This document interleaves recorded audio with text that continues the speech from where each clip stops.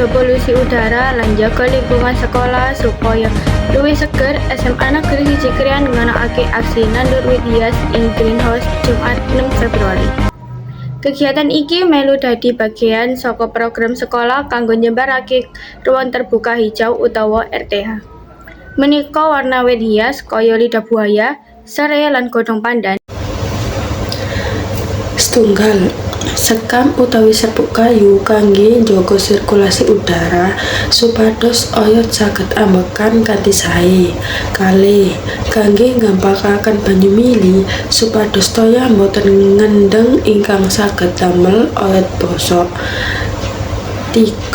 Pupuk kandang minangka sumber nutrisi utawi dhaharan utama supados tanduran saged thukul subur.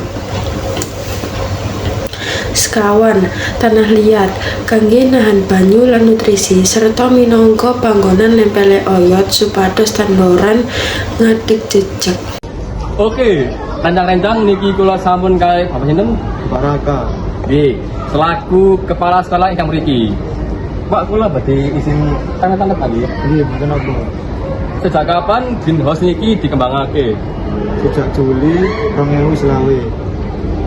Jenisé wit-witan sing ditandur niku napa? Lidah buaya, serai, lan godhong pandan. Pesan-pesan damai sing mirsani napa, Pak? Nandur wit-witan ora namung gawe hiasan, nanging gawe masa depan bumi kita. Oke, lanjut teng studio mulai. Mugi-mugi kegiatan punika saged dados inspirasi kagem sekolah-sekolah sanesipun supados tetep njagi kelestarian alam wiwit saking lingkungan alit. Mekaten pawarta ingkang saged kula aturaken.